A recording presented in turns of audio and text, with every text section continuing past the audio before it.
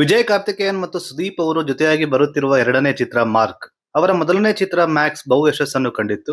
ಬನ್ನಿ ಅವರ ಎರಡನೇ ಚಿತ್ರ ಮಾರ್ಕ್ ಹೇಗಿದೆ ಅಂತ ನೋಡೋಣ.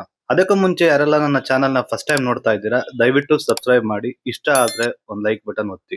ಚಿತ್ರದ ನಿರ್ದೇಶಕರು ಟ್ರೈಲರ್ ನಲ್ಲಿ ಆಲ್ರೆಡಿ ಹೇಳಿದಾಗೆ ಸಿನಿಮಾ ಯಾವ ತರ ಇರುತ್ತೆ ಮತ್ತೆ ಆಕ್ಷನ್ ಸೀನ್ಸ್ ಎಲ್ಲ ಸಿನಿಮಾದಲ್ಲೂ ಇದೆಯಾ, ಅದು ಕ್ಯಾರಿ ಆಗಿದೆಯಾ ಅಂತ ನೋಡೋಣ ಬನ್ನಿ. ಸಿನಿಮಾದ ಪ್ಲಾಟ್ ಹೇಳ್ಬೇಕಂತಂದ್ರೆ, ಚಿತ್ರದ ನಾಯಕ ನಟ ಅಜಯ್ ಮಾರ್ಕಂಡೇಯ ಕಾಪ್ ಆಗಿ ಸಸ್ಪೆಂಡ್ ನಲ್ಲಿ ಇರ್ತಾರೆ.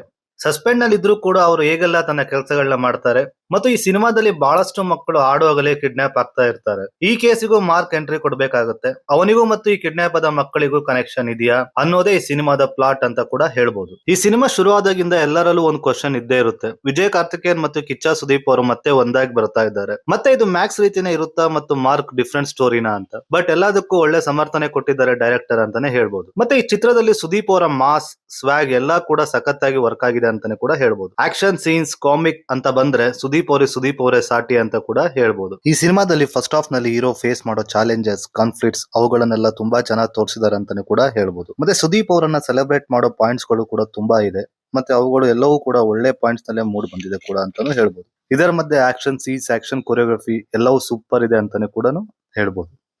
ಮತ್ತೆ VFX ಇದ್ದ ಕೂಡ ಎಲ್ಲವೂ ಕ್ರಿಸ್ಪಿ ಆಗಿ ತುಂಬಾ ಚೆನ್ನಾಗಿ ಮೂಡ್ ಬಂದಿದೆ. ಇನ್ನು ಶಾರ್ಟ್ ಆಗಿ ಹೇಳ್ಬೇಕಂತಂದ್ರೆ ಇದು ವಿಜುವಲಿ ಸಾಲಿಡ್ ಫಿಲಂ ಅಂತಾನೆ ಹೇಳ್ಬೋದು.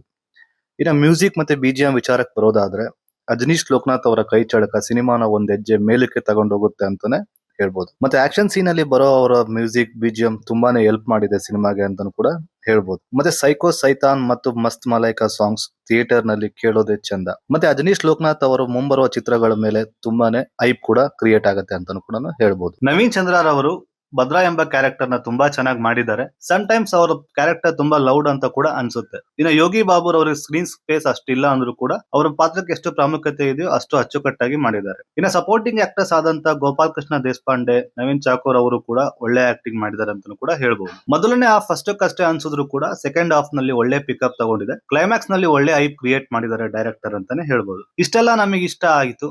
ಏನೆಲ್ಲ ವರ್ಕ್ ಆಗಿಲ್ಲ ಅಂತ ನೋಡೋದಾದ್ರೆ, story convenient writing, sometimes logic ಇಲ್ಲ ಅಂತ ಕೂಡ ಅನ್ಸುತ್ತೆ. ಈಗೆಲ್ಲ ಹೇಗೆ ಬರಕಾಗತ್ತೆ ಗುರು ಅಂತಾನು ಕೂಡ ಅನ್ಸುತ್ತೆ. ಹಾಡುಗಳ ಪ್ಲೇಸ್ಮೆಂಟ್ ಕೂಡ ಸ್ವಲ್ಪ ಆಡ್ ಆಗಿ ಕೂಡ ಅನ್ಸುತ್ತೆ.